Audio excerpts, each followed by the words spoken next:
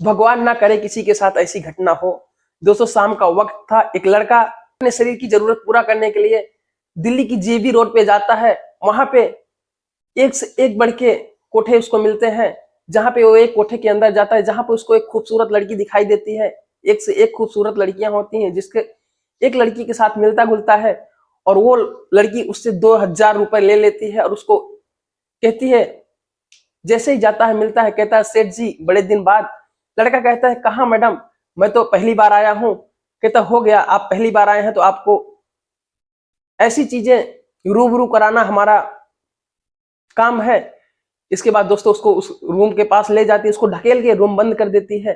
कहती है नैना इसको देख ले, आज संडे का दिन है, बहुत ही कस्टमर है। दोस्तों जब उसको अंदर जाता है, उसके नीचे पैर के नीचे से जमीन खिसक जाती है। उसके साथ ऐसा क्या होता है कि वो बार बार जाना चाहता है, बार बार उसको जाने में इंटरेस्ट हो जाता है। दोस्तों बहुत ही इंटरेस्टिंग कहानी होने वाली है, बहुत ही इमोशनल कहानी होने वाली है, पूरा देख के जाइएगा। अगर चैनल पे नए हैं तो चैनल को फॉलो करके बेल आइकन को ऑन कर लीजिए, और फेसबुक पेज पे देख रहे हैं तो हमारे चैनल को फॉलो कर लीजिए और लाइक का बटन दबा दीजिए। दोस्तों यह कहानी दिल्ली के जीबी रोड की है, जहां पे एक लड़का अपने शरीर की जरूरत को पूरी करने के लिए जीबी रोड की कोठे पे जाता है, जहां पे उसको एक से बढ़ के एक लड़कियां दिखती हैं। जैसे ही कोठे पे पहुंचता है, उसको एक लड़की हाथ पकड़ के खींच लेती है और कहती है सेठ जी बड़े दिन बाद कहाँ। दोस्तों वो जाता है, कहते मैडम पहली बार तो मैं आया हूं, कहाँ हमको ऐसी बातें कह रही हो। इसके बाद उसको उससे 2,000 रुपए ले लेती, बोलती 2,000 रुपए निकाल। इसके बाद जैसे ही 2,000 रुपए निकाल के देता है, उसको एक रूम की तरफ ले जाती है। कहती है चलो कोई बात नहीं, पहली बार आए हो तो मैं तुम्हारा स्वागत करूंगी। जैसे ही उसके 2,000 रुपए हाथ में आते हैं, उसको एक रूम में ढकेल दिया जाता है, और ढकेलते हुए कहती है कि नैना इसको देख ले, और संडे का दिन है, बहुत सारे लोग कस्टमर आए हैं, इसको जल्दी से फ्री कर। दोस्तों जैसे ही जाता है ये लड़का, उसके पैर के नीचे से जमीन खिसक जाती है, और ये भी डरता रहता है कि कहीं उसको उसने पहचान तो नहीं लिया। एक लड़की को ऐसे देखता है जो उससे 20 साल पहले 1997 में मिली होती है। इसके बाद से उसकी मुलाकात नहीं होती, और पूछता है क्यों, ये काम कब से कर रही हो। लड़की कहती तुमसे क्या मतलब, क्यों जानना चाहते हो। कहता है ठीक है, फिर चला जाता है। बोलता है मैं जा रहा हूं, क्या मैं फिर से आऊंगा तो आप यहीं पे हमको मिलोगी। लड़की बोलती है ठीक है, हाँ मैं यहीं पे मिलूंगी, अगर मिलना हो तो बोल देना कि मुझे नैना से मिलना है।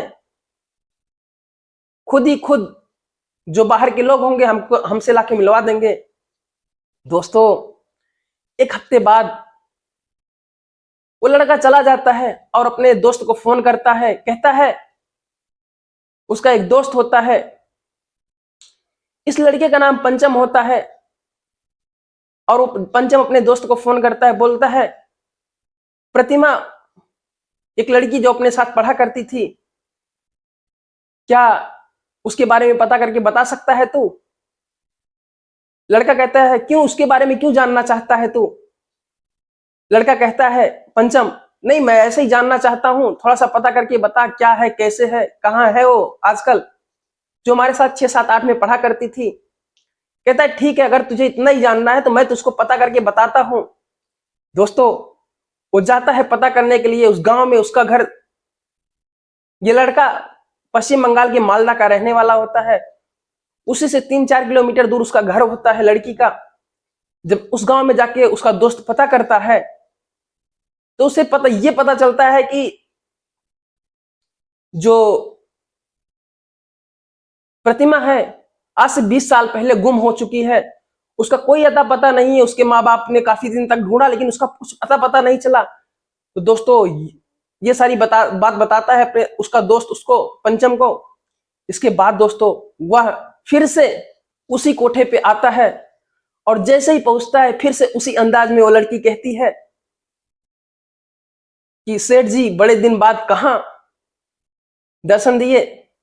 लड़का कहता है अरे कोई काम और भी है कि यही तुम डायलॉग मारती हो। सेठ जी कहाँ, मैं तो अभी पिछले हफ्ते आया था। बोलती कोई बात नहीं, हमसे भूल हो गई, बहुत सारे लोग आते रहते हैं तो कम समझ में आता है। बोलती निकाल 2,000 रुपए। कहता आज देखो, आज मेरे पास 2,000 रुपए तो नहीं, मैं 500 रुपए लेके आया हूँ, लेकिन मुझे नैना से मिलना है। लड़की उसमें से 100 रुपए रख लेती है, उसको नैना के पास पहुंचा देती है।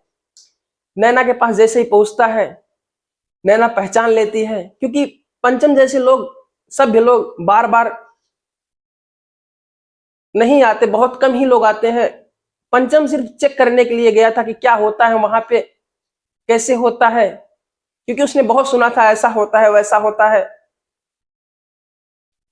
इसके बाद दोस्तों पंचम जब वहां पे पहुंचता है उसके सामने, तो फिर से देखती है उसकी जो प्रतिमा होती है। लड़का कहता है पंचम, क्यों, एक बात तुमसे पूछूं, क्या तुम बताओगी? प्रतिमा कहती है हाँ पूछिए, लेकिन लड़का कहता है भड़कना मत मेरे पे, मैं तुमसे कुछ पूछने वाला हूं, शायद तुम भड़क जाओ। बोली नहीं भड़कूंगी, पूछो, तुम पूछो जो पूछना चाहते हो। कहती है, लड़का कहता है कब से तुमने अपना नाम प्रतिमा से नैना रख लिया? लड़की के पैर के नीचे से जमीन खिसक जाती है। लड़की फूट फूट के रोने लगती है, इसके गले लग जाती है। बोलती तुम कैसे जानते हो मेरे बारे में इतना सब, कौन हो तुम? बताता है कि मैं, मेरा घर, हम लोग बचपन में साथ में पढ़े थे, 6, 7, 8, इसके बाद से तुम्हारा पता नहीं चला। आज मैं आया हूं तो तुमको देखा इस हालत में। इसके बाद दोस्तों तब तुम्हारे साथ कैसा हुआ तुम बताओ, तुम यहां कैसे पहुंच गई? लड़की सारी बात बताने लगती। बोलती ये तो हमको भी नहीं पता, मैं तो स्वेटर बुनने के लिए, ऊन लेने के लिए बाहर निकली थी। मेरी उम्र मात्र 16 साल थी उस टाइम पे, और अभी मैं 18 साल से इस जगह पे हूं। मुझे 6 महीने तक अंधेरे में आंख पे पट्टी बांध के रखा गया। मुझे कुछ अता पता नहीं मैं कहां गई, कब आई। 18 साल पहले मैं यहाँ पे पटक दी गई जीबी रोड पे। इसके बाद मुझे कुछ नहीं पता, मैं 18 साल से यहीं पे हूं। बस यही तरसती है, मेरी भी तमन्ना है कि मैं भी। अच्छा ये बताओ मेरे घर पे मेरे भाई बहन, मेरे मम्मी पापा कैसे हैं? बोलते हैं बोलता है वो सब तो ठीक है, सब ठीक है अपनी जगह पे, और तुम्हारे मम्मी पापा भी ठीक है। भाई बहन का तो नहीं पता, लेकिन जब मम्मी पापा तुम्हारे ठीक है तो भाई बहन भी ठीक होंगे। और दोस्तों जब ये लड़की को यकीन नहीं होता तो बताता है कि मैं इस स्कूल में पढ़ता था, तुम भी इस स्कूल में पढ़ती थी, ये टीचर हुआ करते थे। 2, 4 लड़कों का नाम बताता है, 2, 4 लड़की की सहेलियों का नाम बताता है। दोस्तों ये सारी कहानी सुनकर फूट फूट के रोने लगती है ये लड़की प्रतिमा। इसके बाद कहानी आगे बढ़ती है। बोलता है प्रतिमा क्या तुम्हारे अंदर और इच्छा नहीं है? बोली इच्छा तो बहुत है, लेकिन इच्छा तो बहुत थी, लेकिन 30 के बाद से इच्छा मर चुकी है, क्योंकि मैं 18 साल से यहीं पे हूँ। 16, 17 साल में मुझे उठाया गया था, आज 18 साल, लगभग 34 साल की हो चुकी हूँ। इसके बाद दोस्तों फूट फूट के रोने लगती है। फिर बोली बस एक ही इच्छा है कि मैं आखिरी बार अपने माँ बाप से मिल लूं, और अपने भाई बहन को देख लूं, और अपने गांव को एक बार रूबरू कर लूं, क्या सब कैसे हैं, बस और कोई इच्छा नहीं है। बोलती यहाँ से निकलने का मन नहीं करता। बोली कौन नहीं निकलना चाहता, लेकिन यहाँ से कोई जो आ जाता है वो निकल नहीं पाता, और निकल के जाएगा भी कहाँ, क्योंकि ऐसा पेशा हो जाता है कि आदमी चेहरा दिखाने लायक नहीं होता है। दोस्तों इसके बाद लड़की लड़का कहता है क्या तुम मेरे साथ रहना चाहोगी? लड़की कहती है लेकिन तुम मुझे क्यों अपनाओगी, तुम्हारे बेबी बच्चे और सब होंगे। इसके बाद दोस्तों लड़का कहता है पंचम मेरी बीवी हमको छोड़ के जा चुकी है, हमें कोई प्रॉब्लम नहीं है, और क्या तुम मेरे साथ रहना चाहोगी? बोलती है, फूट फूट के गले लग जाती है उसके। इसके बाद फिर उस पल के लगने के बाद दूर हट जाती। बोलती अभी तुम कह रहे हो कल को मुझे धोखा दे दोगे, उससे अच्छा मेरा यही है, मैं यही ठीक हूं, तुम ताने मारोगे कल को ले जाके। लड़का कहता है कोई बात नहीं, मैं कोई ताने नहीं मारूंगा, आपको क्यों ताने मारूंगा, तुम अपनी मर्जी से थोड़ी ने सब की हो। तुम्हारे साथ जबरदस्ती हुई है, तुम्हारे साथ।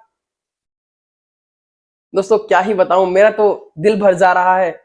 आप लोग बताइएगा, क्या सरकार को ऐसा कदम उठाना चाहिए इन सब चीजों के लिए?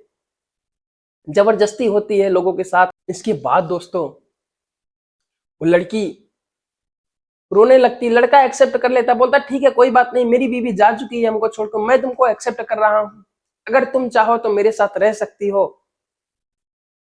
फिर दोस्तों इसके बाद लड़का होता है, बोलता है तुम कैसे यहां से निकलोगी? बोलता है जब तक मैं जवान थी तब तक तो मुझे बाहर नहीं निकलने दिया जाता था, लेकिन अभी मुझे थोड़ा बहुत बाहर जाने के लिए कहा जाता है, मैं बाहर वो भी किसी के साथ में जा सकती हूँ।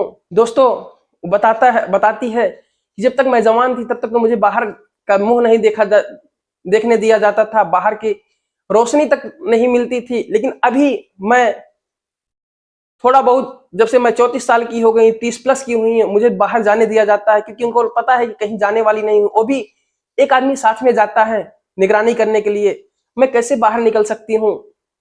दोस्तों इसके बाद लड़का कहता है ठीक है मैं तुम्हें निकालूंगा, तुम कैसे करके एक बार बाहर निकल जाओ, मैं तुमको अपने गांव ले चलूंगा। दोस्तों ये सब चीजें एक प्लान के थ्रू होती हैं। लड़का तैयार होता है, लड़की मेडिकल का बहाना बनाती है, प्रतिमा और पंचम पहले से इंतजार में होता है, किसी को भनक नहीं लगती। वो लोग जैसे ही मेडिकल के लिए जाती है उसको चकमा दे देती है, और उसको पंचम लेके वहीं से रफू चक्कर हो जाता है, चला जाता है, भाग जाता है स्टेशन। स्टेशन से वो लोग तुरंत निकल जाते हैं। जब वो उसको मालदा लेके पहुंचता है बंगाल, ये सारी कहानी उनके माता पिता को सुनाता है। दोनों रो रो का बुरा हाल होता है, उनके माँ बाप बहुत रोते हैं पकड़ के। इसके बाद ये बताता है कि मैं इनसे शादी करना चाहता हूं, ऐसे ऐसे मैं हमको ये मिली। उसके माँ बाप तैयार हो जाते, बोलते कोई बात नहीं। अब दोनों बहुत खुशी से रह रहे हैं। उसकी एक बेटी भी है जो पहले से थी, उसकी भी देख रेख प्रतिमा अच्छे से कर रही है, क्योंकि ये मां नहीं बन सकती प्रतिमा, इतना जुल्म हुआ था उसके साथ। दोस्तों इसके बाद अब सब साथ में रह रहे हैं तीनों, उसकी देख रेख करती है, और अब उसके माँ बाप भी खुश हैं। अभी भी कुछ औरतें हैं जो उसको बात बात पे ताना मारा करती हैं, कहती हैं ये कोठे से आई है, ऐसा है वैसा है। दोस्तों कैसी लगी कहानी? हमको तो बहुत अच्छी लगी, हमारे तो दिल भर गया हमारा। आप लोगों को कैसी लगी कमेंट बॉक्स में जरूर बताएं, और ये भी बताएं कि सरकार को ऐसा कदम उठाना चाहिए कि नहीं उठाना चाहिए। ऐसी प्रथाएं जो चल रही हैं उस पर रोक लगानी चाहिए कि नहीं लगानी चाहिए, और कमेंट बॉक्स में जरूर बताएं। All the best. ऐसे इंटरेस्टिंग वीडियो पाने के लिए हमारे चैनल को फॉलो कर लें, ताकि हमारा मनोबल बढ़ता रहे। इसको लाइक कीजिएगा। All the best. जय हिंद, जय भारत।